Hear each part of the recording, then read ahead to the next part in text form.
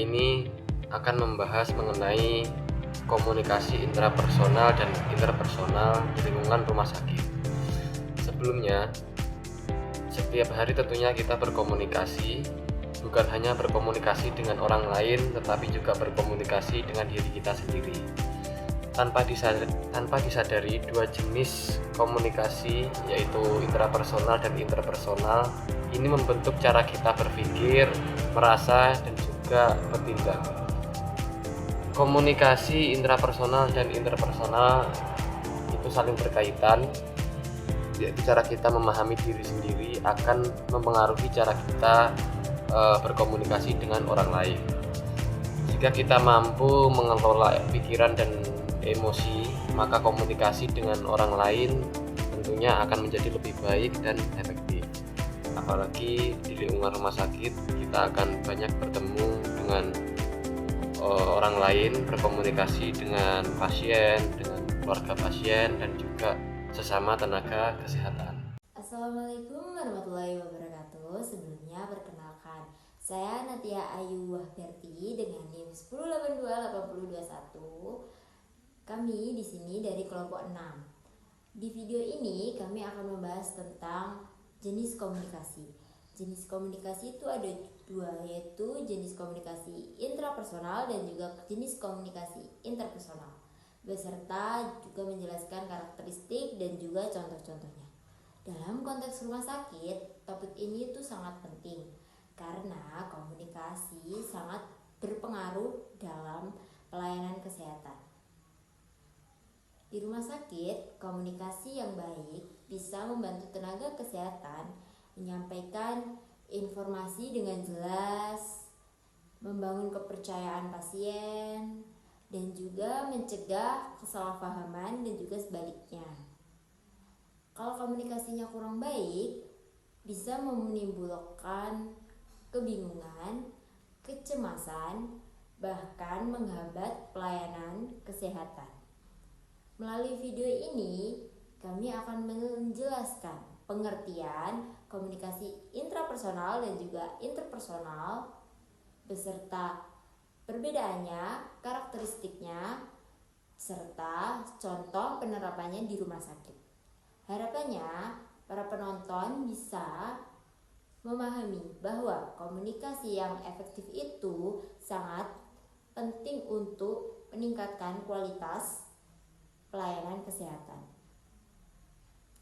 Sekian pembukaan dari saya. Selanjutnya akan dijelaskan mengenai apa sih komunikasi intrapersonal itu oleh teman saya.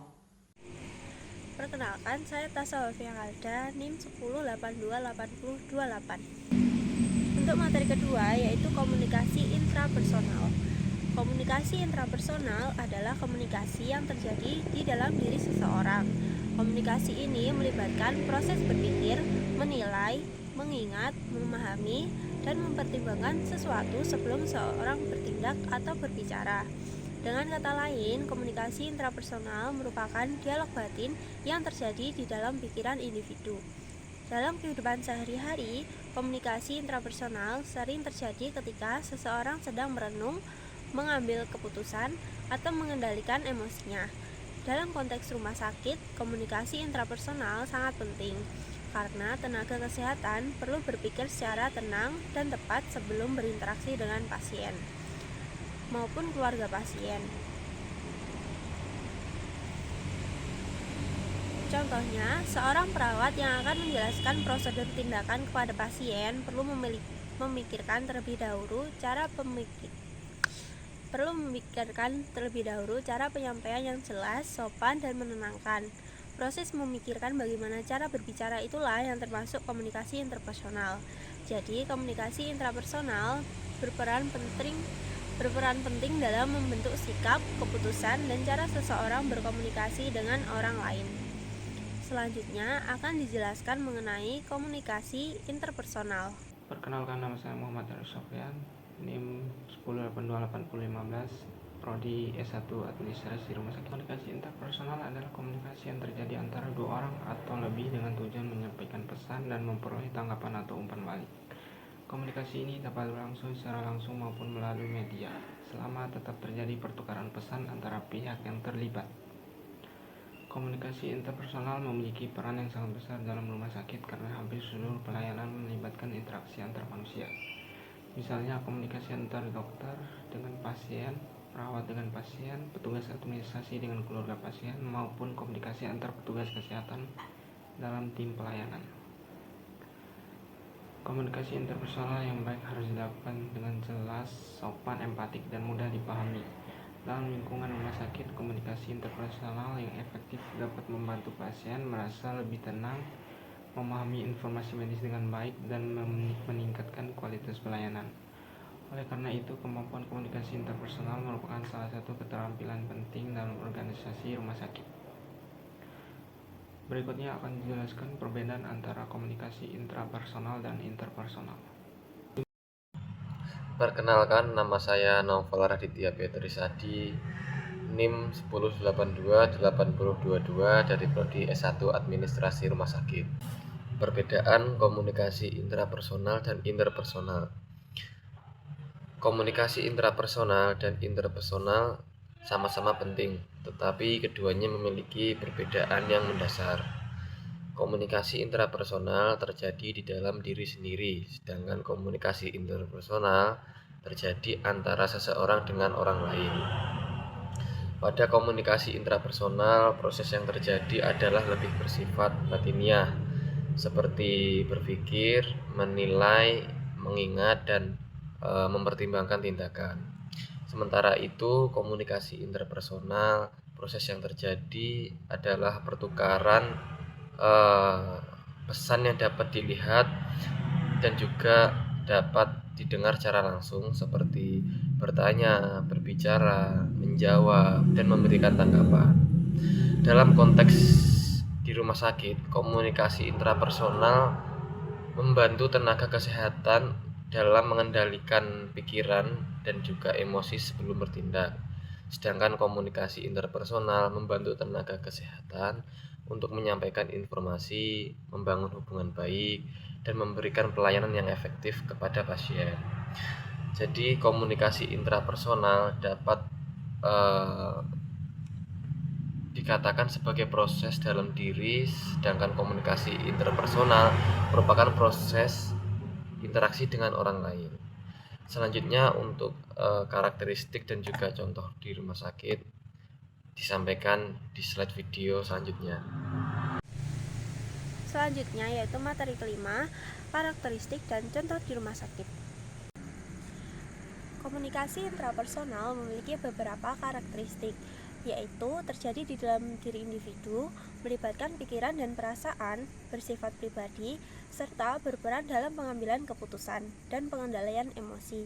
Komunikasi ini tidak selalu terlihat oleh orang lain, tetapi sangat mempengaruhi perilaku seseorang saat berinteraksi. Sementara itu, komunikasi interpersonal memiliki karakteristik berupa adanya dua pihak atau lebih, adanya penyampaian pesan, adanya umpan balik, serta dipengaruhi oleh bahasa verbal dan nonverbal. Komunikasi interpersonal juga menuntut adanya kemampuan mendengar, memahami lawan bicara, dan menunjukkan sikap empatik. Contoh komunikasi intrapersonal di rumah sakit adalah ketika seorang perawat berpikir terlebih dahulu sebelum menyampaikan informasi kepada pasien, agar pasien tidak merasa takut atau cemas. Sedangkan contoh komunikasi interpersonal adalah ketika dokter menjelaskan hasil pemeriksaan kepada pasien atau saat petugas administrasi memberikan arahan mengenai alur pendaftaran kepada keluarga pasien.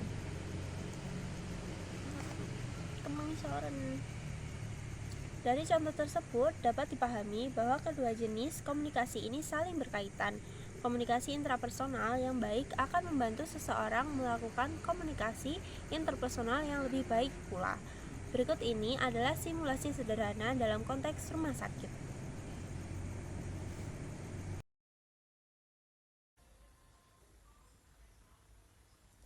Halo, selamat pagi. Saya ingin bertanya tentang jadwal kontrol pasien atas nama Ibu Siti. Kira-kira kapan jadwal kontrol berikutnya ya? Selamat pagi, baik Ibu. Mohon ditunggu sebentar, saya cek terlebih dahulu untuk data pasiennya. Baik, silahkan. Terima kasih sudah menunggu Ibu. Untuk jadwal kontrol berikutnya, hari ini Senin pukul 9 pagi. Oh baik, apakah ada hal yang perlu dipersiapkan ya sebelum datang?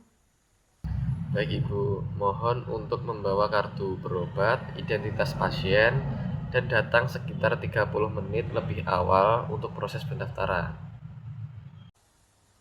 Baik, terima kasih atas informasinya. Sama-sama Ibu, jika ada yang ingin ditanyakan lagi, silahkan hubungi kami kembali. Baik, terima kasih. Selamat pagi. Selamat pagi. Jadi, pembahasan singkat antara simulasi 1 dan simulasi 2 pada bagian awal atau simulasi 1 ketika petugas berbicara kepada dirinya sendiri untuk menenangkan pikiran dan juga memilih jawaban yang tepat. Itu adalah salah satu komunikasi intrapersonal. Sedangkan pada bagian 2 saat petugas rumah sakit berbicara dengan keluarga pasien melalui telepon, itu adalah komunikasi interpersonal karena terjadi pertukaran antara dua orang dan terdapat respons atau umpan balik. Jadi dari materi dan simulasi tadi, pertanyaan yang bisa disampaikan adalah yang pertama ada apa yang dimaksud dengan komunikasi intrapersonal, dan yang kedua ada apa yang dimaksud dengan komunikasi intrapersonal, yang ketiga ada apa perbedaan utama antara komunikasi interpersonal dan komunikasi intrapersonal. Yang keempat, mengapa komunikasi intrapersonal penting sebelum melakukan komunikasi interpersonal. Dan yang kelima, bagaimana contoh penerapan kedua jenis komunikasi tersebut di rumah sakit. Kesimpulan dari komunikasi intrapersonal dan interpersonal merupakan dua bentuk komunikasi yang saling berkaitan. Komunikasi intrapersonal terjadi dalam diri seseorang dan berperan dalam proses berpikir, pengendalian emosi, serta pengambilan keputusan. Sedangkan komunikasi interpersonal terjadi antara dua orang atau lebih melalui penyampaian pesan dan umpan balik. Dalam lingkungan rumah sakit, keduanya sangat penting karena membantu tenaga kesehatan menyampaikan informasi dengan jelas, membangun hubungan yang baik dengan pasien, dan mendukung pelayanan yang efektif. Komunikasi yang baik dapat dimulai dari diri kita sendiri dan dapat diwujudkan dalam setiap interaksi.